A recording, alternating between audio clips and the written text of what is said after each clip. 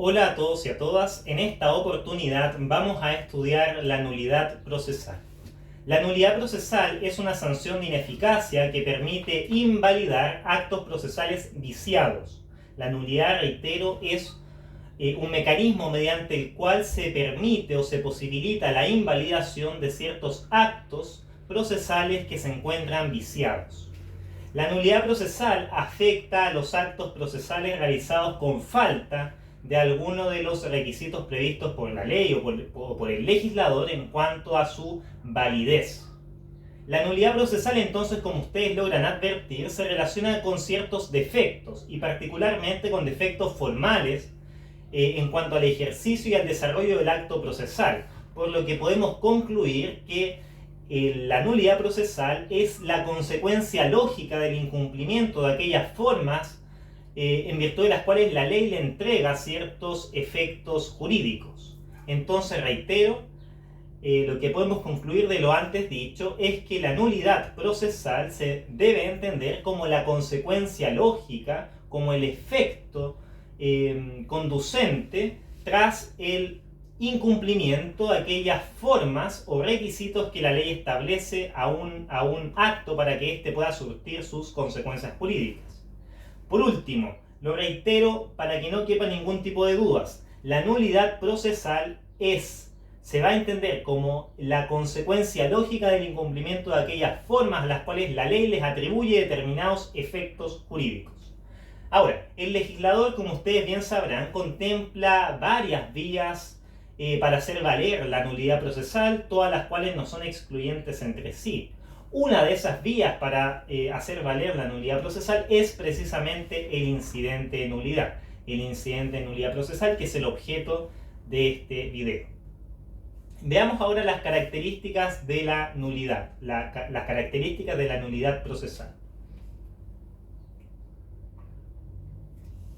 En primer lugar, la nulidad procesal es autónoma en cuanto a su naturaleza, efectos y configuración jurídica. Es autónoma, autovalente, independiente. En segundo lugar, la nulidad procesal no es clasificable. La nulidad procesal no es clasificable. No es posible distinguir, por ejemplo, entre nulidad procesal absoluta y relativa. No, eso es propio del derecho civil, no del derecho procesal. En tercer lugar, la nulidad procesal debe ser alegada sin perjuicio de que existe la posibilidad de que el tribunal corrija ciertos vicios de forma oficiosa, como los del inciso final del artículo 84 del Código de Procedimiento Civil. En cuarto lugar, quien alega la nulidad procesal debe estar legitimado para ello. Quien alega la nulidad procesal debe estar legitimado para poder solicitarla o alegarla. ¿Cuáles son los elementos constitutivos de esta legitimación? En primer lugar, que sea parte en juicio. En segundo lugar, que haya experimentado un perjuicio producto del vicio. En tercer lugar, que esta persona no haya originado el vicio ni tampoco haya concurrido a producirlo. En cuarto lugar, que no haya convalidado expreso o tácitamente el vicio. Y por último, en quinto lugar, que haya promovido el incidente de nulidad procesal dentro del plazo. Esos son los elementos constitutivos de la legitimidad pasiva para solicitar el incidente de nulidad procesal. Ahora, como quinta característica debemos señalar que la nulidad no opera de pleno derecho. La nulidad procesal no opera ipso iure, sino que siempre requiere ser declarada judicialmente. En sexto lugar, o la sexta característica, es que la nulidad se aplica solamente a los actos jurídicos procesales realizados dentro del proceso. Y por último, en séptimo lugar, por regla general, afecta solamente la nulidad procesal al acto viciado. Por excepción existe lo que se conoce como la nulidad extensiva, en virtud de la cual la nulidad de un acto puede extenderse a otros actos realizados dentro del proceso y que dependan de él, que sean derivativos de aquel acto viciado y sobre el cual se predicó o se declaró la nulidad. Veamos ahora los requisitos para que opere la nulidad procesal. ¿Cuáles son los requisitos o las condiciones que han de satisfacerse para que opere la nulidad procesal? En primer lugar, la nulidad debe ser alegada. La nulidad procesal, como ya dijimos, no opera ipso iure o ipso factum, sino que debe ser necesariamente declarada judicialmente, y para que sea declarada es necesario que antes, a solicitud de parte, ésta la alegue. Entonces, que la nulidad procesal no opere de pleno derecho significa que debe ser declarada expresamente. Mientras ello no ocurra, el acto viciado va a seguir produciendo válidamente los efectos tal como si fuese un acto común y corriente, un acto plenamente eficaz, un acto válido en razón de la presunción de legitimidad que revisten los actos dentro del proceso. Existe una presunción de veracidad o de legitimidad que revisten los actos dentro del proceso. Mientras no se destruya esa presunción, el acto va a seguir siendo válido sin ningún tipo de problema. O sea, hasta que se declare la nulidad, el acto sigue siendo válido y por lo tanto sigue surtiendo efectos jurídicos sin ningún tipo de problemas. Todo ello, en todo caso, no significa que la nulidad ser declarada de oficio. En efecto, no debemos confundir la nulidad procesal con la facultad correctora que se le confiere al juez en el inciso final del artículo 84 del Código de Procedimiento Civil que yo antes cité. Porque en esta última situación, o sea, la situación del artículo 84, inciso final del Código de Procedimiento Civil, solamente se le permite al juez corregir ciertos errores de tramitación dentro del proceso, errores formales de tramitación, de sustanciación dentro del proceso, y en tal sentido se trata de una facultad preventiva que tiende a evitar la nulidad de los actos dentro del procedimiento. O sea, esa facultad correctiva tiende a prevenir la nulidad procesal posterior. Bien, el segundo requisito para que opere la nulidad procesal es que debe existir agravio. Para solicitar la nulidad de un acto procesal no basta con que se haya con que no se hayan cumplido las formas procesales establecidas por el legislador, sino que es necesario que la falta de esos requisitos formales haya producido o haya ocasionado un perjuicio a las partes tradicionales dentro del proceso, como el sujeto activo, el sujeto pasivo, como también podría generar un agravio a un tercero que interviene en el pleito. Este es un requisito fundamental para que exista la nulidad. ¿Por qué? Porque la nulidad sin perjuicio no opera. La nulidad sin perjuicio no opera. De modo tal que si un acto adolece de un vicio, pero ese vicio no causa ningún tipo de agravio, ese acto no es anulable. Ese acto no es susceptible de nulidad procesal. Un requisito sine qua non para que opere la nulidad es que exista agravio, es que exista perjuicio. Bien, en tercer lugar, el tercer requisito es la trascendencia del agravio. La trascendencia del agravio.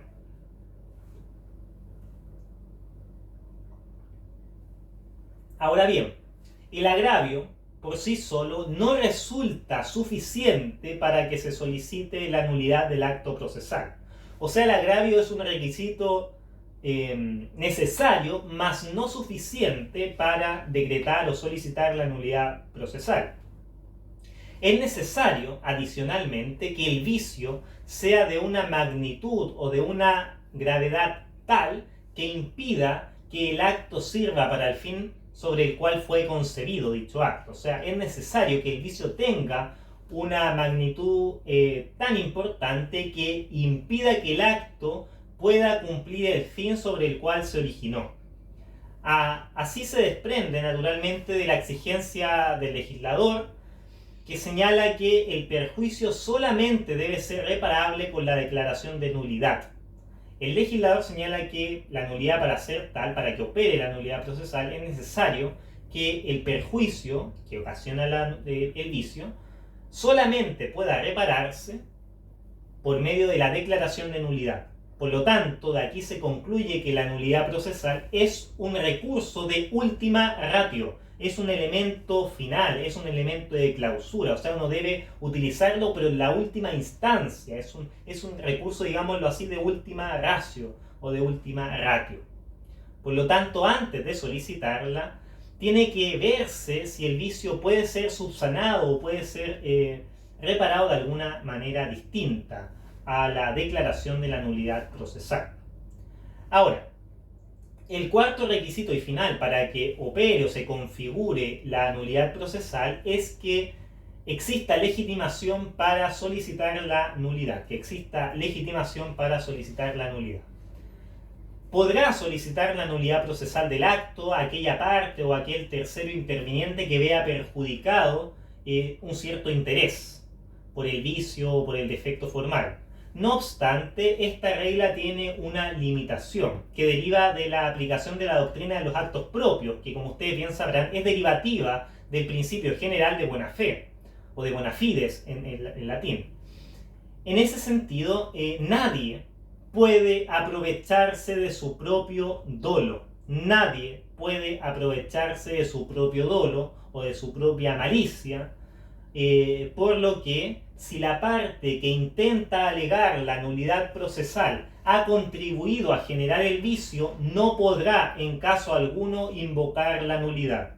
Reitero esto último. Si la parte que intenta alegar o la parte que solicita la nulidad procesal ha contribuido en generar el vicio que produce la nulidad, no podrá invocar este incidente especial.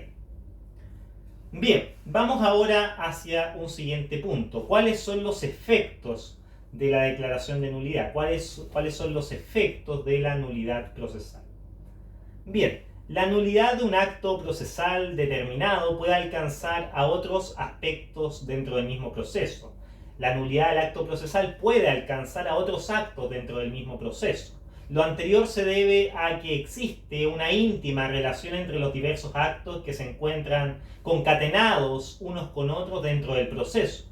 Recordemos que el proceso, de acuerdo al destacado jurista uruguayo Eduardo Couture, es una serie o conjunto de actos que se van concatenando unos con otros en búsqueda de una finalidad, cual es la solución pacífica de los conflictos desarrollados en la sociedad. Por lo tanto, toda esa serie de actos se van concatenando, enlazando, conectando. Por lo tanto, un acto precisamente puede ser el origen de otro acto. Y en ese sentido, si se anula uno, si se origina, digamos, si se anula el origen, por supuesto, sus consecuencias también han de ser anuladas. Así, por ejemplo, si se declara nula la notificación de la resolución que recibe la causa prueba, si se declara nula, reitero, la notificación de la resolución que recibe la causa prueba, su nulidad se extenderá también a las pruebas que se hayan rendido hasta ese momento, no obstante que dichas pruebas hayan sido rendidas con todas las solemnidades legales. Entonces, reitero esto, si se declara nula la notificación de la resolución que recibe la causa prueba, o sea, la del artículo 318 del Código de Procedimiento Civil, su nulidad se extiende a las pruebas que se hayan rendido hasta ese momento, sin perjuicio de que esas pruebas se hayan rendido con todas las solemnidades que establece el legislador. Bien, otro ejemplo es la nulidad por falta de emplazamiento. Este es un tipo de nulidad particularmente significativo, que es la nulidad consagrada en el artículo 80 del Código de Procedimiento Civil.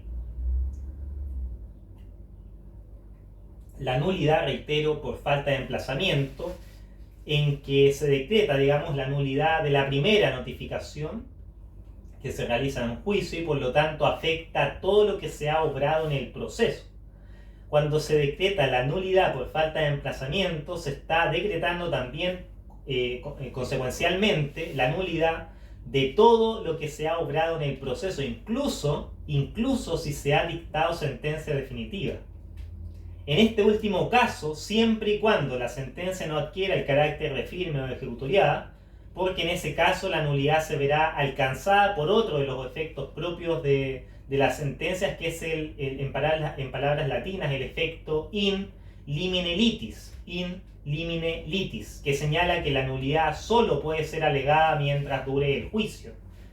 En este caso, cuando la sentencia quede firme, va a implicar la convalidación de todos los actos viciados, y en tal caso el recurso para reclamar la nulidad no va a ser la misma nulidad o el incidente de nulidad, sino que va a ser otro recurso, ni siquiera el recurso de casación, sino que el recurso de revisión, que en todo caso va a tener los mismos efectos que el recurso de casación. Entonces, reitero esta nulidad particularmente significativa del artículo 80 del Código de Procedimiento Civil, que es la nulidad por falta de emplazamiento válido. En ese caso se va a anular no tan solo el emplazamiento, el cual estuvo viciado, sino que todo lo obrado en juicio, siempre y cuando la sentencia no se encuentre firme. Si la sentencia se encuentra firme, esa sentencia o ese procedimiento va a ser susceptible de un recurso judicial, un medio de impugnación que nosotros denominamos, o que el legislador denomina, recurso de revisión. Bien, veamos ahora la tramitación de la nulidad procesal, del incidente de nulidad procesal. La nulidad procesal ha de tramitarse como un incidente. La nulidad procesal ha de tramitarse, ha de seguir las reglas propias de los incidentes. Debe alegarse tan pronto se tenga conocimiento del vicio. En cuanto a su oportunidad, hay que señalar que la nulidad procesal ha de alegarse, ha de solicitarse, ha de esgrimirse o levantarse tan pronto se tenga conocimiento del vicio, o a más tardar dentro de los 5 días siguientes desde que se toma conocimiento de dicho vicio.